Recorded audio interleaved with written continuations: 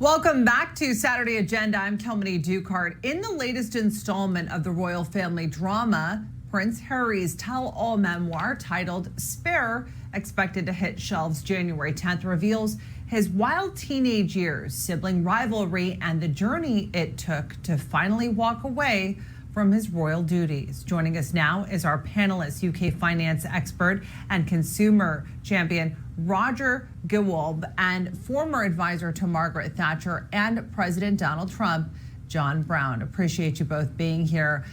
Roger, I want to kick it off with you. This explosive memoir, which is supposed to release on Tuesday, January 10th, was actually leaked this past Thursday, revealing a lot of shocking information about Prince Harry's life. The first chapter recounts his memory of receiving the news of his mother's accident from his father, now King Charles III. Both William and Harry actually begging their father not to marry Camilla Parker Bowles, and the sibling rivalry that perpetuated by his marriage to American actress Meghan Markle. I guess, what do you make of the fact that a lot of these deeply personal details are now out into the ether? Well, I think it's terrible. You don't air family laundry, particularly royal family laundry, but I think, Kilmeny, it's gone way beyond that now. What they have done is perceived, in Britain at least, as terrible, unjustified, very misleading. Harry and Meghan have created a monster and unleashed it, and they've now lost control of it. It's out of their hands, and it's moved from being absolutely disgraceful to downright dangerous because the chapter leaked in Spain about Harry killing 25 enemy fighters in Afghanistan has resulted in people like Colonel Richard Kemp, former head of British forces in Afghanistan, saying he thinks that the security risks to Harry and his family have grossly increased. He may well become a target for revenge. And I add, oh my gosh, what about the rest of the royal family? And in fact, Taliban leaders have already started to issue statements. So I think it's very terrible, and that the fact that Colonel Kemp says soldiers do talk about dehumanizing victims and kills and such, but that's between themselves. To put it in a memoir and state it publicly, I think just shows the inane, insane, immature, poor judgment that runs throughout this whole Harry and Meghan debacle. Yeah, Roger, you make an excellent point. That's certainly something that can be used as propaganda to increase, anti-American, anti-Western sentiment that we see, which causes a lot of this conflict.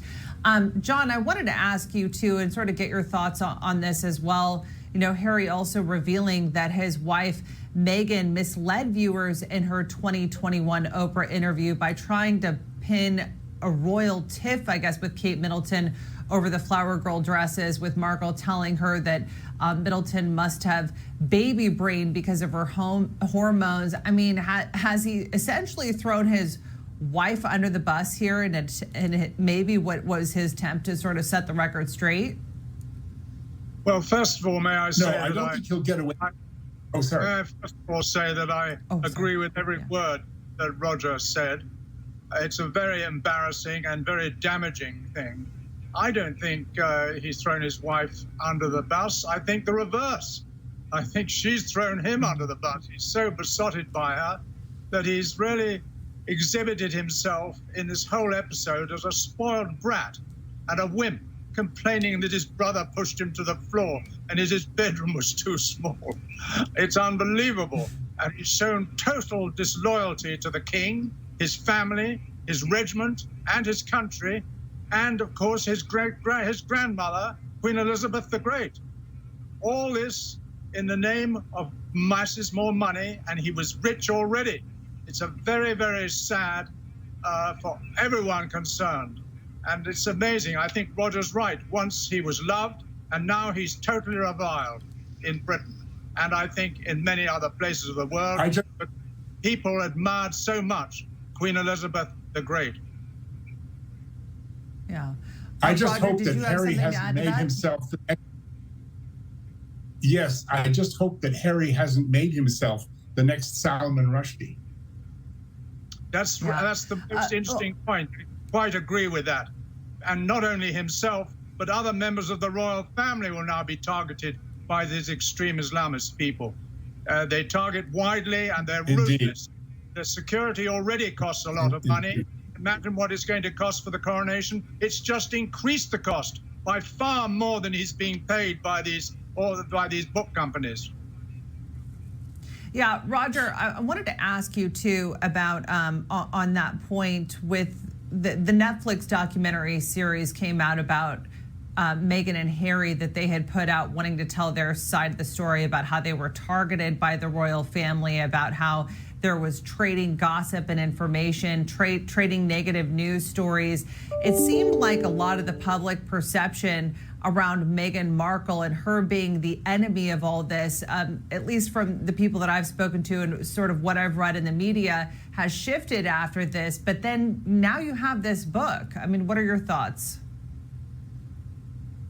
Yes, I'm sorry to cut in, but it's a bit echoey and bumpy at times. So I don't know that you're talking when you are. Yes, I think that when I say it's misleading, I think a lot of people are really quite fed up on the British side who know the score. For example, starting even with the title of the book, Kilmeny, Spare. It's been reported that, this was a victimization of Harry. This is what his parents said about him. This is utter nonsense, as John will confirm, I'm sure. The saying that a British king should produce an heir and a spare goes back many, many, many kings before King Charles III. This was